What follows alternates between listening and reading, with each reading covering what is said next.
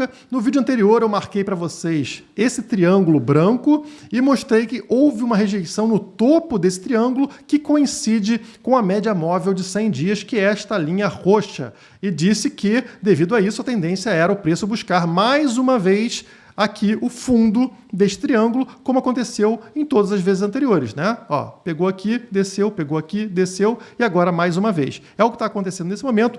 Estamos com o risco aqui de ocorrer um rompimento deste triângulo. Não aconteceu porque o dia ainda não fechou, então vocês percebem que o preço no momento está em 37.600 dólares, o fundo do triângulo em 37.800, tá? Então, 37.600 por 37.800, 200 dólares de diferença pequena, talvez a gente consiga fechar o dia acima do triângulo, né? Dentro desse triângulo aqui. Rompendo, fechando o dia abaixo do triângulo, a maior probabilidade é de continuar caindo e buscar aqui o fundo destas paralelas verdes aqui, né? O fundo está, neste momento, na região dos 33 mil dólares, tá? Então, essa seria a tendência se a gente fechar realmente o dia abaixo dos 37.800.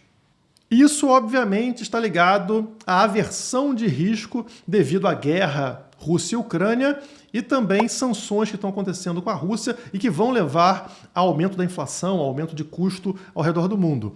Não faz muito sentido colocar o Bitcoin na prateleira de ativos de risco. Ele, na verdade, é um ativo de proteção, mas, infelizmente, o mercado ainda não entende isso. Eu vou mostrar para vocês aqui por que não faz sentido, tá? E por que o Bitcoin vai subir a longo prazo enquanto outros ativos vão continuar sofrendo. A gente teve essa notícia aqui. A American Express segue a Visa e Mastercard e suspende atividades na Rússia. Temos, portanto, os 3 maiores meios de pagamento do mercado tradicional rompendo atividades com a Rússia.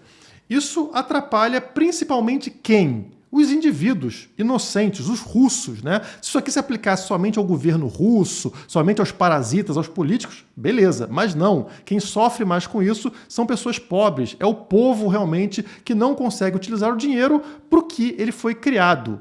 Dinheiro é somente um meio de troca, nasceu para substituir o escambo. Você não quer ter que trocar um saco de feijão por uma perna de um bode. Às vezes você não quer bode, o outro cara não quer feijão, é difícil realizar uma troca e o dinheiro resolveu esse problema. O dinheiro não foi criado como uma ferramenta de controle e é assim que ele vem sendo utilizado nessa guerra, né? A Rússia perde acesso às reservas, a Rússia não consegue utilizar bancos, a American Express, Visa e Mastercard cortam e os russos não podem usar cartão para realizar pagamento, o dinheiro perde o sentido, perde os fundamentos dele.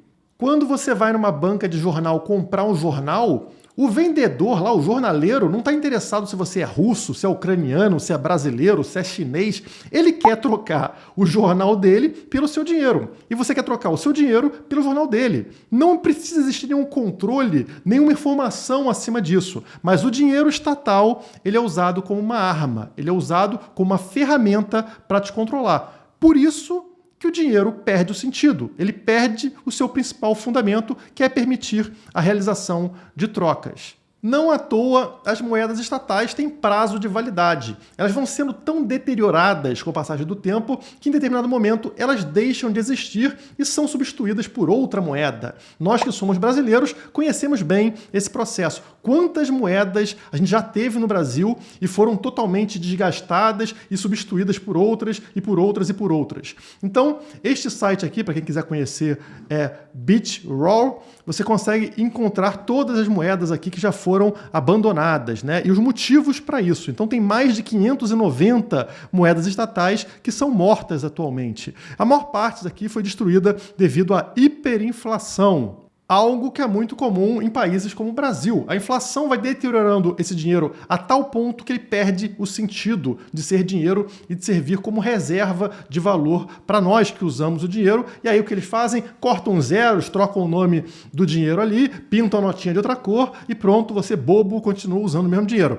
Mas vocês percebem aqui que outro motivo muito frequente e que eu destaquei aqui para vocês são as guerras, né? Então, Segunda Guerra Mundial, ó, destruiu várias moedas, por exemplo, Coupon Mark, da Dinamarca, outra moeda aqui, ó, da Eslovênia, também foi destruída nesse período, outra guerra que destruiu a moeda sérvia, moeda polonesa, moeda da Hungria, várias foram destruídas por causa de guerra, outras por causa de hiperinflação, e o Brasil aparece aqui, Brasil Cruzeiro Real, hiperinflação. Mais uma, Brasil Cruzado Novo, hiperinflação.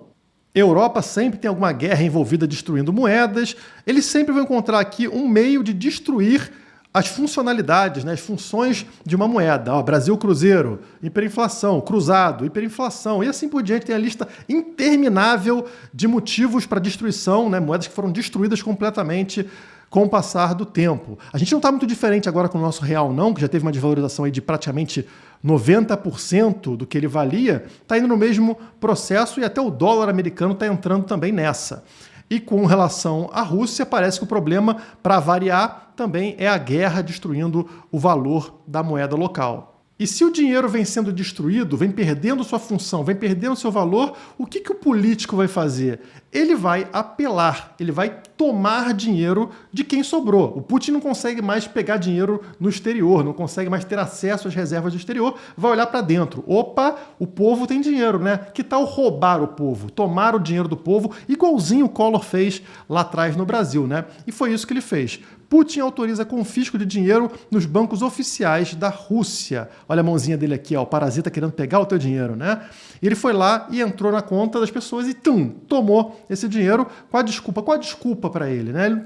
Para não ficar tão feio, falar assim, eu estou simplesmente roubando vocês porque eu preciso sustentar uma guerra, eles vão arrumar alguma desculpa aleatória. Então aqui ele está chamando esse dinheiro confiscado de ilegal. E por que é ilegal? Bom, eles vão fazer uma continha maluca deles, verificar o seu imposto de renda dos últimos anos. Se eles acharem que não está batendo, né? Pô, você declarou aqui um valor e parece que você tem mais dinheiro do que você declarou. O que sobrou aqui é ilegal. Então é do governo. O governo vai lá e toma o seu dinheiro. Ou seja, não basta você ter sido roubado no passado. E eles teriam aprovado isso. Agora eles vão verificar novamente para falar, não, eu te roubei lá atrás, mas não foi o suficiente. Porque parece aqui que você escapou de parte do roubo que não deveria ter escapado. Então eu vou te roubar de novo para garantir que o roubo foi adequado. E claro, o critério é deles. Então, a partir de agora, nada impede o governo russo de começar a apertar mais e mais esse cerco e simplesmente tirar o dinheiro total dos russos. E é isso que acontece quando você confia em políticos para cuidarem do seu dinheiro. Você usa a moedinha do político, você não tem controle sobre essa moeda. Se a chave não é sua, se o dinheiro não está na tua carteira pessoal, o dinheiro não é seu. Mesma coisa para o Bitcoin. Se você deixa o Bitcoin lá numa corretora, numa exchange, ao invés de colocar na tua carteira, aquele dinheiro não é seu, é da corretora, tá? Enquanto não voltar para o teu bolso, não é seu, pode ser confiscado, assim como acontece, por exemplo, com o real. Essa é a diferença do Bitcoin. É uma moeda que não precisa de nenhuma custódia de terceiros. Você não precisa confiar em ninguém para ter o teu dinheiro. Coloque na tua carteira e assegure que nenhum parasita desse vai colocar a mão no que é seu. E claro que os brasileiros lembraram na hora do grande Collor, lá na década de 90, que também tinha desculpas para meter a mão no seu dinheiro. Na época não tinha guerra envolvendo o Brasil. Então como é que ele ia fazer para tomar o teu dinheiro? Bom, ele pensou bem e falou, vamos usar a desculpa de sempre, inflação, né? O Brasil sempre teve inflação, então agora a gente usa que, a inflação está muito alta, por isso eu vou tomar o seu dinheiro. Notem que pode arrumar qualquer desculpa para pegar o teu dinheiro, tá? Em breve pode ser uma pandemia, ou pode ser mudança climática, que tal? Qualquer desculpa serve. Na hora que eles tiverem uma desculpa para fazer isso, eles vão fazer, tá? Não acho que está longe de vocês. Aconteceu já no Brasil na década de 90, muita gente mais jovem não lembra, já esqueceu disso, né? E está acontecendo na Rússia, está acontecendo em outros países, precisa só ter uma desculpa muito bem arrumadinha para que eles consigam roubar o seu dinheiro. Não permita que isso aconteça. Não use moeda no controle de terceiros, porque o dinheiro não é seu. Relembrando o caso brasileiro, a desculpa do Collor foi frear a inflação da época. E será que funcionou? Não. O resultado foi uma enorme recessão da economia brasileira no ano de 1990. Então, nunca funciona. Ele sempre tem uma desculpa e, na verdade, o resultado é muito pior do que se ele não tivesse feito nada. Não faça como alguns internautas brasileiros que arrumam sempre uma forma de defender o bandido. É isso que acontece. Então temos aqui internautas nas redes sociais falando que Putin está confiscando dinheiro de quem sonegou o imposto nos últimos 3 anos. Não de todo mundo, não é igual o Collor. Então o Putin é um fofinho, o Putin está certo, entendeu, gente? Ele está tomando dinheiro das pessoas estão sonegando. Primeiro ponto é que sonegação não deveria ser crime. É você fugindo de um roubo. Se o cara vem bater tua carteira aqui, roubar tua carteira, você tem todo o direito de fugir. O assaltante é ele, o errado é ele, não você que está fugindo do roubo. Então o governo faz tudo para trocar esse sentido na tua cabeça, parecer que você é o errado de fugir do roubo. Então sonegação não deveria ser crime, sonegação é algo ético, é você escapando de um criminoso, mas mesmo se fosse algo errado, não existe qualquer comprovação com relação a isso. É somente o governo pegando os dados do próprio governo para acusar pessoas de terem roubado alguma coisa sem comprovar nada. Ah não, eu peguei uns dados aqui, parece que não está batendo, então esse dinheiro é meu e toma na mão grande. Não caiam nessa. O Putin fez uma cagada, não tem como pagar essa conta agora que foi tudo bloqueado ao redor da Rússia e está roubando o próprio povo para sustentar essa guerra. Ele não é nenhum santinho, não. Ele é outro covarde, como o Collor também foi. Agora, existe uma diferença grande. Lá em 1990, na época do Collor, não existiam criptomoedas, não existia o Bitcoin. Portanto, não existia forma das pessoas se protegerem. Mas isso não se aplica a 2022. Os russos possuem uma forma de escapar desse roubo, que é utilizando criptomoedas. Todos os países começam a apertar muito sua população. O que as pessoas estão fazendo? Elas estão se dando conta de que precisam migrar para o Bitcoin. E claro, né, os outros países, percebendo essa tendência, precisam tomar alguma atitude. Guerra na Ucrânia expõe a urgência de regular criptomoedas. O medo aqui é do conhecido Jerome Powell, que é o chefe lá do Banco Central americano.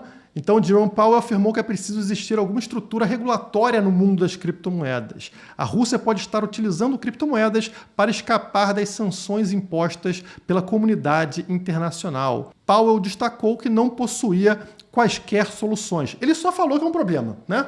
Precisamos regular. Como que vai fazer isso numa rede descentralizada? Não sei. Olha aí, que maravilha. E não pensem que isso aqui, como a desculpa que ele deu, é para segurar o Putin, segurar o governo russo. Não, ele está com medo realmente da migração em massa de indivíduos inocentes como nós para dentro de criptomoedas, porque o governo perde esse controle sobre o seu gado, né? Quero roubar a população. Todos os governos fazem isso, por meio de impostos. Só que, assim como a Rússia fica sem controle da população, não consegue fazer esse processo se as pessoas migrarem para o Bitcoin, o Brasil também não consegue, os Estados Unidos também não consegue, o Canadá também não consegue, e eles perdem esse controle, perdem essa forma de sugar, né, igual um parasita faz realmente, né, de sugar o nosso dinheiro quando eles bem entenderem. Então, para eles, realmente é muito urgente criar alguma espécie aqui de barreira, de regulação que impeça, principalmente os mais pobres, de terem acesso às criptomoedas. Os mais ricos não importa, não importou para eles, né? Pode ter paraíso fiscal, pode ter várias formas de você evitar imposto. O mais pobre não. O mais pobre é quem sustenta essa corja dos mais ricos, que são justamente aqueles que estão no poder.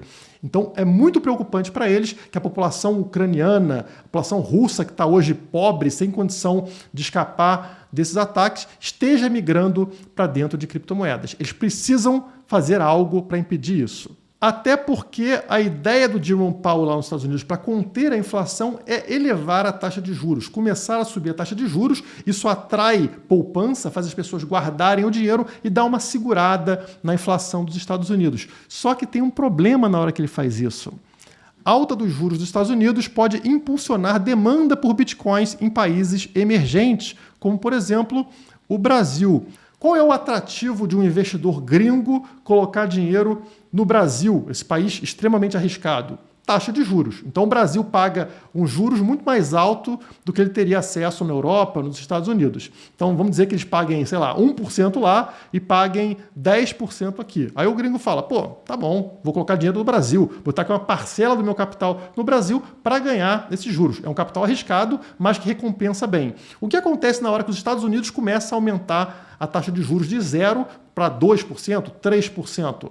Bom, é muito menos interessante para esse investidor colocar dinheiro dentro do Brasil. Não vale mais a pena. Na hora que começa a entrar menos dólar dentro do Brasil, o que acontece com a nossa moeda?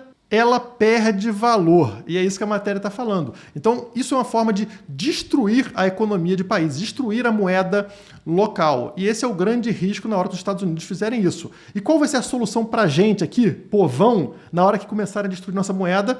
A mesma coisa que os ucranianos e os russos estão fazendo. Vamos ser obrigados a migrar para o Bitcoin. O Jerome Powell está querendo rapidamente uma regulamentação sobre as criptomoedas, justamente prevendo isso que vai acontecer. Vai se agravar na hora que ele elevar as taxas de juros dos Estados Unidos. E é aí que eu te pergunto, você vai esperar ele dar esse passo e destruir o real para aí você pensar em migrar para o Bitcoin? É melhor fazer isso antes, né? Não espere um confisco, não espere um problema como os russos estão sofrendo lá com o confisco da moeda local para você começar a se mexer. Se mova antes dos parasitas. Já proteja o seu dinheiro enquanto você tem tempo. E nada é ruim o suficiente que não possa piorar. Então, os russos que já estão aí sendo roubados na sua conta bancária também estão tendo celulares confiscados por policiais que ficam lendo suas mensagens. Polícia em Moscou está pegando celulares e lendo mensagens de pedestres, diz repórter. Pessoal, a ideia aqui é justamente para que pessoas não falem mal do governante, do político, né, do Putin. Ou seja, não pode ser contra a guerra, por exemplo, senão você vai ser punido. É assim que funciona em ditaduras. Na hora que você dá muito poder para um político, é isso que acontece em qualquer país. Não achem que é diferente no Brasil, onde a gente tem o STF fazendo a mesma coisa, tá? Olha aqui o que a matéria resume pra gente. Jornalista relata que policiais em Moscou estão exigindo ver celulares de civis. Cenas foram registradas pela jornalista e divulgadas pelo Telegram. O mesmo Telegram que o STF quer proibir no Brasil. E por que quer proibir? Por causa de informações falsas, né? Olha o governo russo aqui. Desde o início da invasão, Putin decretou que pessoas que espalharem informações falsas devem ser presas. E o que será uma informação falsa? Por exemplo, de que a guerra é errada, de que o Putin é um criminoso. Tudo isso para o Putin é informação falsa.